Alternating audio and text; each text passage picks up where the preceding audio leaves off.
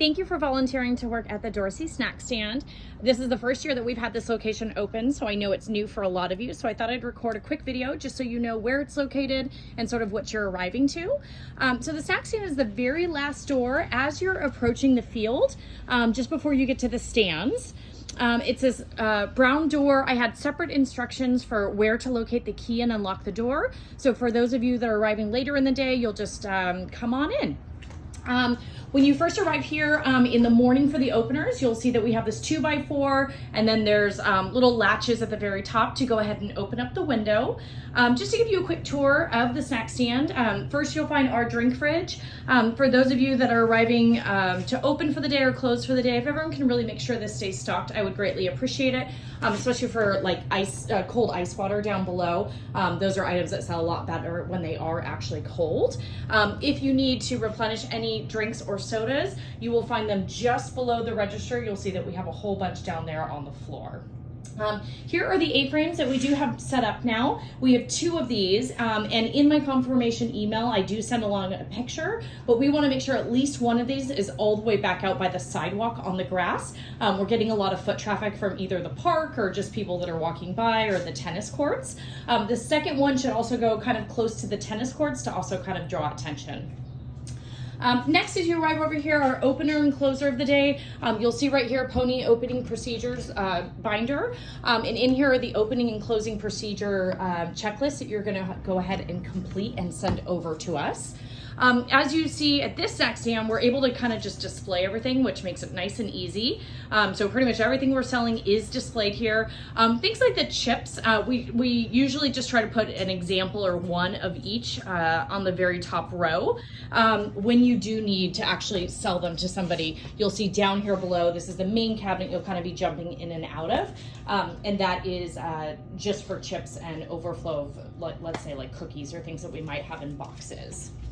Okay, here is your cash box for the day. The opener will make sure that we have small bills in there. It's a perfect example if you're getting really if you're getting really low on small bills or quarters, just shoot us a text because it's pretty easy for us to let you know whether or not we have additional small bills or quarters on hand in the snack stand that you could access. Over here, you'll see our microwave. So we do have a couple different things that we're microwaving. We do have instructions right here on the refrigerator. So we do microwave mac and cheese, cup of noodles, burritos, and pretzels.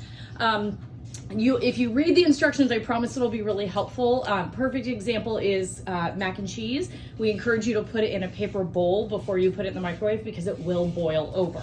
So if you don't want to have to clean up the mess, just take 2 seconds and go ahead and read our instructions, and I think you'll find it's definitely worthwhile. Up above the fridge, we try to display any drinks that we are selling. Sometimes we run out of things like Powerade or certain Gatorade, so just pull those down as needed. Right here on the refrigerator, you'll see important if you need us, 2 different people you can contact, Jessica or myself. Between the 2 of us, whether you shoot us a text or an email, we will get back to you usually within 5 or 10 minutes.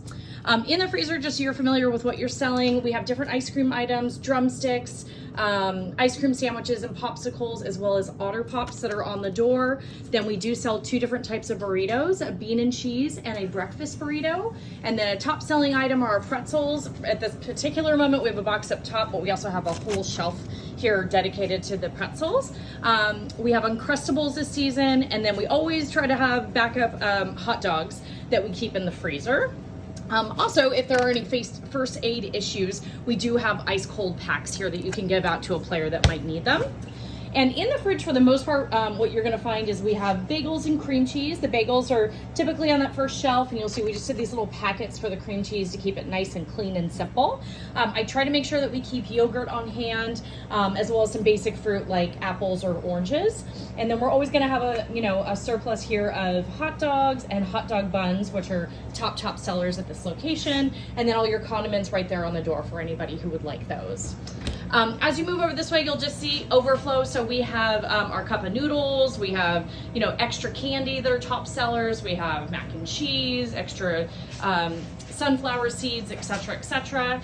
I try to label everything so it's clear. You know, one of my goals is to make sure that anything that is reaching a customer, you know, that we really close it up and keep it nice and clean, away from ants or rodents or anything else. So, you know, coffee condiments and utensil napkin, that'll probably be set up for those of you that are arriving throughout the day. But if you're here and you need to close up for any reason, we really want to make sure we put everything away in closed bins. And then this is kind of like the coffee and tea station, which is very self-explanatory and straightforward. We do have a tumbler this season, so there's extras up here, but this kind of just gives you a quick sign to let you know how much we're charging for that. And then over here to the left, we have our toaster that is mainly for our bagels, since we do refrigerate them to keep them fresh. Our Keurig machine, which is very straightforward. The water area is in the very back, and we are doing hot dogs here. So this is a pretty good example of a very clean hot dog maker. So when you arrive, hopefully it looks like this. If you're the person closing up, this is what we would like it to look like.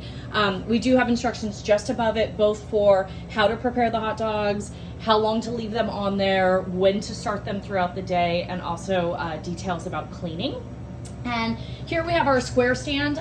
You'll see right in front of you, I have some how-to quick information on logging in and also how to use the Square system. I just have a cute little QR code here that you can watch a 1-minute video, so you don't have to listen to a long one like this.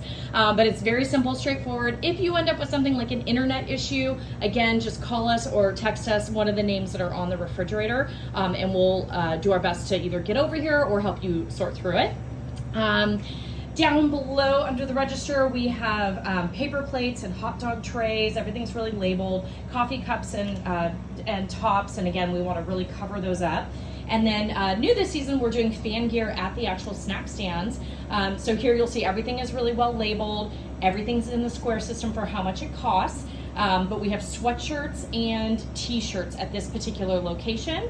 And not to make you dizzy, but if I go right back up here, you'll see those all displayed, examples here at the very top, along with the hats, okay? So that is really a quick tour of the snack stand. If you have any questions, just feel free to reach out to us. And most importantly, thank you for volunteering.